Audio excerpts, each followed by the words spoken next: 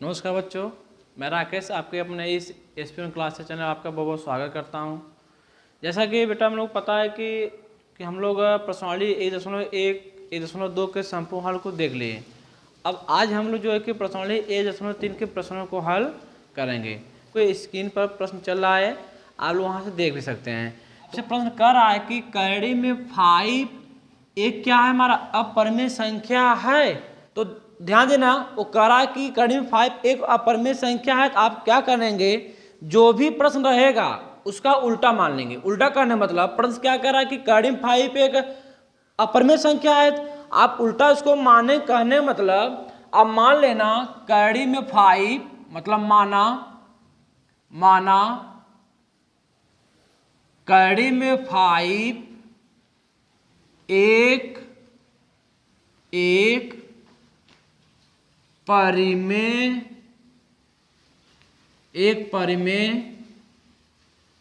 संख्या है। तो कहने मतलब कि माना कि हमारा कड़ी में 5 एक परिमेय संख्या है।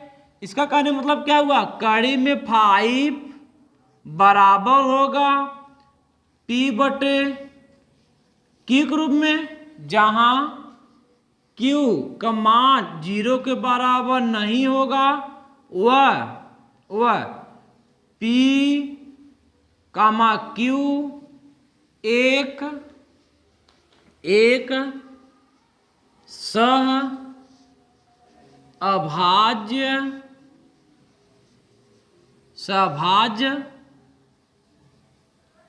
संख्याएं हैं। अतः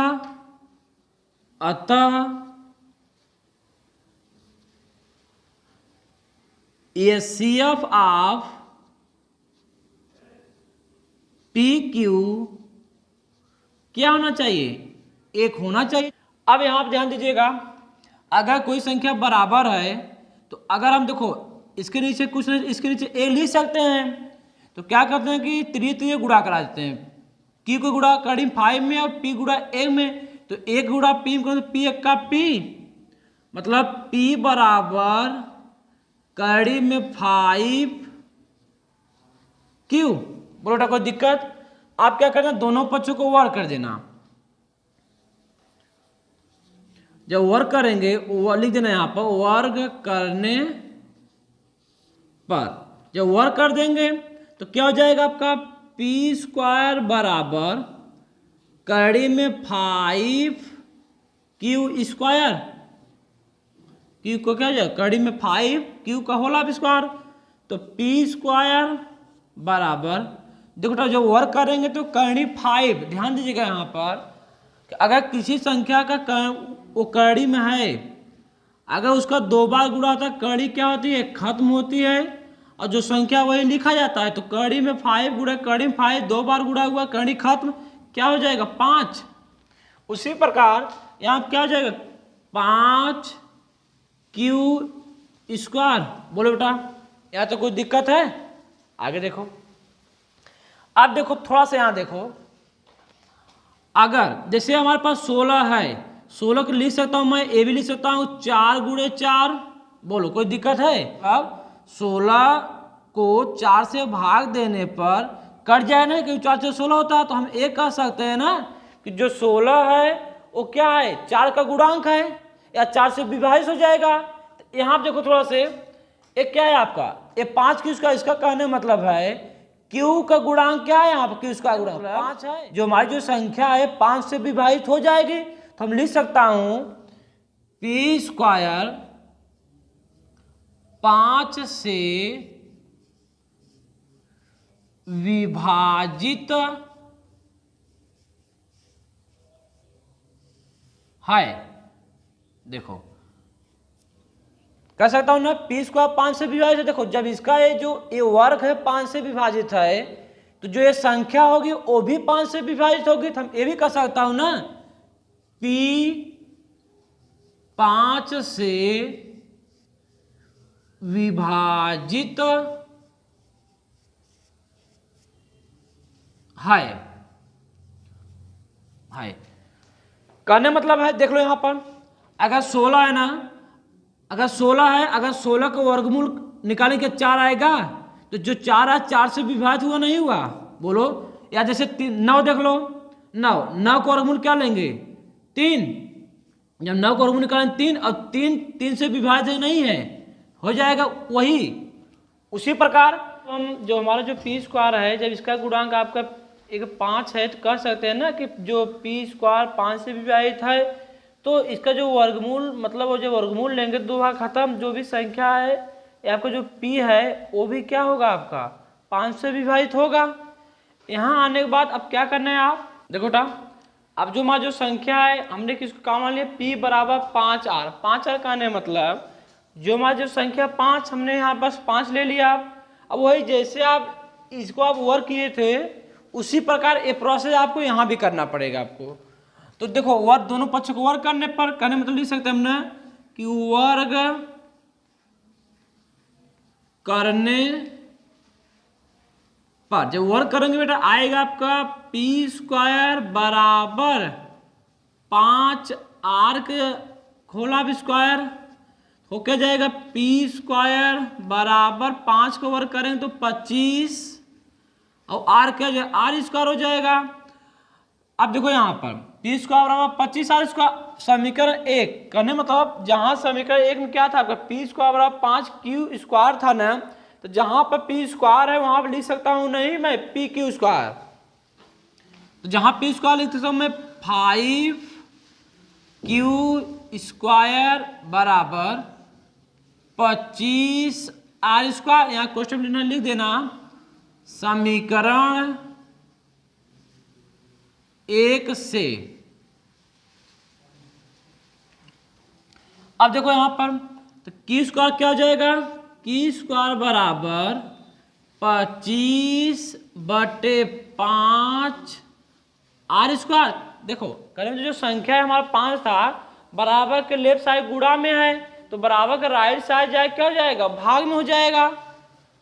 तो q स्क्वायर बराबर, इसको जो भाग देंगे 25 में 5 का, तो कट जाएगा 5 × 5 = 25, तो 5r स्क्वायर, वही जैसे यहां लिखे थे, आप लिखे थे ना ऐसे, एकदम वही काम करना है आपको। चूंकि q स्क्वायर 5 से विभाजित है,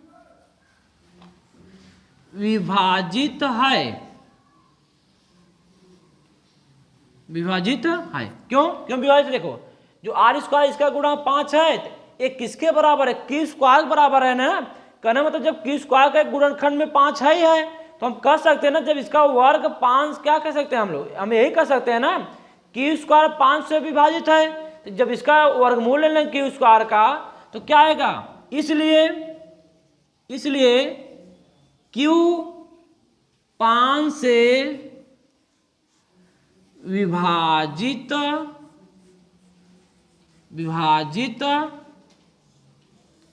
होगा।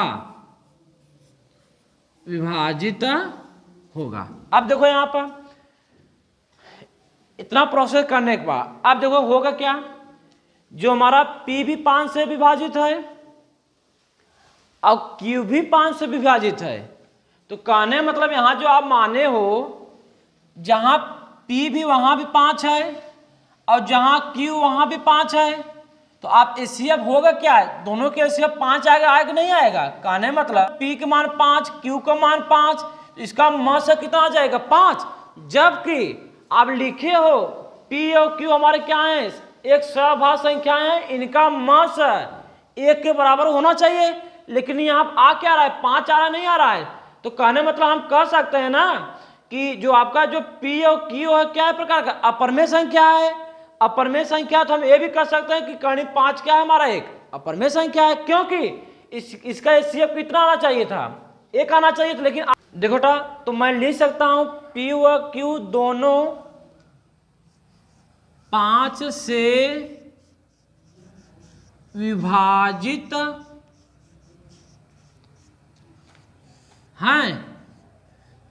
हैं, अतः एचसीएफ ऑफ P व Q बराबर नहीं है क्या, एक। तो देखो हमारा विरोधाभास के यहाँ के नियम लग रहा है। विरोधाभास करने मतलब कि ए हमारा P बटे Q, इसका मतलब क्या आना चाहिए था, HCF 1 आना चाहिए। और जबकि यहाँ पर क्या HCF क्या आ गया, PO की जो 5 से विभाजित है HCF 5 आ रहा है। इसका मतलब यहाँ पे कौन सा नियम काम कर रहा है, विरोधाभास। हम लिख सकते हैं ना इस प्रकार, हमारी अवधारणा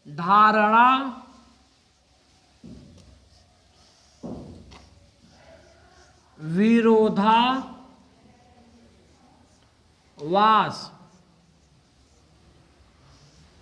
होती है। देखो तो मैं कह सकता हूं, इसलिए कड़ी में 5 एक अपरिमेय संख्या है। अब देखो जो भी संख्या, चाहे जो भी संख्या कड़ी में हो और वो क्या हो, अभाज्य हो। अभाज्य का मतलब वो एक से कटे वह स्वयं से कटे। जो भी संख्या होगी कड़ी में वो क्या होगी, हमारा अपरिमेय संख्या होगी। कहने मतलब जैसे कड़ी में 5 है, कड़ी में 2, कड़ी में 3, कड़ी में 7, कड़ी में 11, कड़ी में 13, कड़ी में 17, ये जितने भी संख्याएं होंगी सब हमारी क्या होंगे, अपरिमेय संख्या होगी। तो आते हैं हम लोग थोड़ा सा फास्ट तरीके से देख लेते हैं। देखो बेटा, जो भी क्वेश्चन है आप लोग क्या करना कि आपको पूछेगा अपरिमेय संख्या है तो आप उसका उल्टा मान लेना। उल्टा करने मतलब उसको क्या मान लेना, परिमेय संख्या है। तो माना कड़ी में 5 एक परिमेय संख्या है, तो परिमेय संख्या करने मतलब क्या, उसको हम लोग P बटे Q के रूप में लिख सकते हैं। और Q को मान 0 बराबर नहीं होना चाहिए, तथा ये भी होना चाहिए कि P और Q हमारे क्या है, एक सअभाज्य संख्याएं होनी चाहिए। सअभाज्य संख्या कहने मतलब उन संख्याओं का मध्य कितना होना चाहिए, 1 होना चाहिए, जैसा कि यहाँ मैंने लिखा हूं।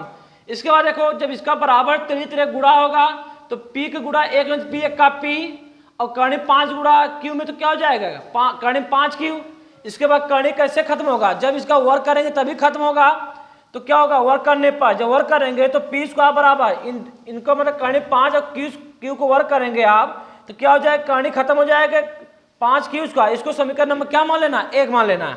इसके बाद देखो, जो ये वर्ग है ये 5 से विभाजित है, तो जो ये संख्या होगी वो भी क्या होगी, 5 से विभाजित होगी। हम यहाँ लिखा है कि P स्क्वायर 5 से विभाजित है, इसलिए इस प्रकार P भी 5 से विभाजित होगा। इसी प्रकार अब जो यहाँ संख्या वही आप कुछ और मान लेना। मानने का मतलब क्या है, P बराबर 5 और R मान लेना है आप। R P R क्या है यहाँ पे, वही हमारे सअभाज्य संख्याएं हैं। अब देखो इनका वर्ग कर देना। वर्ग करने पर जब वर्ग करेंगे तो P वर्ग P स्क्वायर और 5 और R जब वर्ग करेंगे तो क्या होगा, 5 वर्ग 25, R स्क्वायर हो जाएगा। अब देखो जहां P स्क्वायर है वहां समीकरण 1 से लिख सकता हूं ना, P स्क्वायर बराबर 5Q स्क्वायर। तो देखो मैंने लिख दिया। इसके बाद यहां से हटाऊंगा, 5 घटाऊंगा तो क्या होगा, गुणा ये जाएगा भाग, जो भाग कर दिया 25 से 5 भाग देंगे तो 5 ही आएगा ना, Q स्क्वायर बराबर 5R स्क्वायर। इसका कहने मतलब ये R स्क्वायर का गुणांक 5 है, तो कहने मतलब जो Q स्क्वायर का गुणांक एक प्रकार 5 भी होगा। जब Q स्क्वायर क्या होगा, गुणांक 5 है तो Q स्क्वायर 5 से विभाजित होगी। जब P माने Q स्क्वायर 5 से विभाजित होगी तो इसका वर्ग भी क्या होगा, 5 से विभाजित होगा। तो लिखा हूं मैं इस प्रकार, Q भी 5 से विभाजित होगा। अब देखो लिखा, चूंकि P व Q दोनों 5 से विभाजित है, कहने मतलब इसका मध्य क्या आ जाएगा, 5 आ जाएगा। जब 5 आ जाएगा और हम लिखे यहाँ पर मध्य कितना आना चाहिए, 1 आना चाहिए ना। अतः HCF ऑफ PQ बराबर नहीं है 1, क्योंकि 5 जब 5 से कट गया, जब विभाजित हो गया तो मध्य 5 आ गया, लेकिन आना चाहिए कितना, 1 आना चाहिए। तो HCF कितना है, PQ को 1 नहीं है। तो इसका कारण मतलब इस प्रकार ये हमारी अवधारणा क्या कर रही है, विरोध कर रही है। जब विरोध कर रही है तो क्या हुआ हमारा, ये हमारा क्या हुआ, तो अपरिमेय संख्या हुआ। तो हमने लिखे इसलिए कर्ण 5 एक अपरिमेय संख्या है। तो आप बेटा इस क्वेश्चन को, इस टाइप के क्वेश्चन को इसी तरीके से हल करेंगे, एकदम सरल तरीके से आप हल कर सकते हैं। अब हम लोग क्वेश्चन नंबर 2 को हल करेंगे। और एक ध्यान देना थोड़ा सा, ये जो आप प्रश्नावली 1.3 का जो पहला सवाल, जो पहला क्वेश्चन है और दूसरा क्वेश्चन है, बहुत महत्वपूर्ण क्वेश्चन है, बोर्ड परीक्षा में अक्सर पूछता है। क्योंकि आप यहाँ से आप प्रूफ कर दिए, तो इसका मतलब चाहे जो आपका भाज्य संख्या रहेगा वो आपका क्या होगा, अगर कड़ी में होगा तो आपका क्या रहेगा, वो अपरिमेय रहेगा। तो जैसा कि हम लोग क्वेश्चन नंबर 1 को हल कर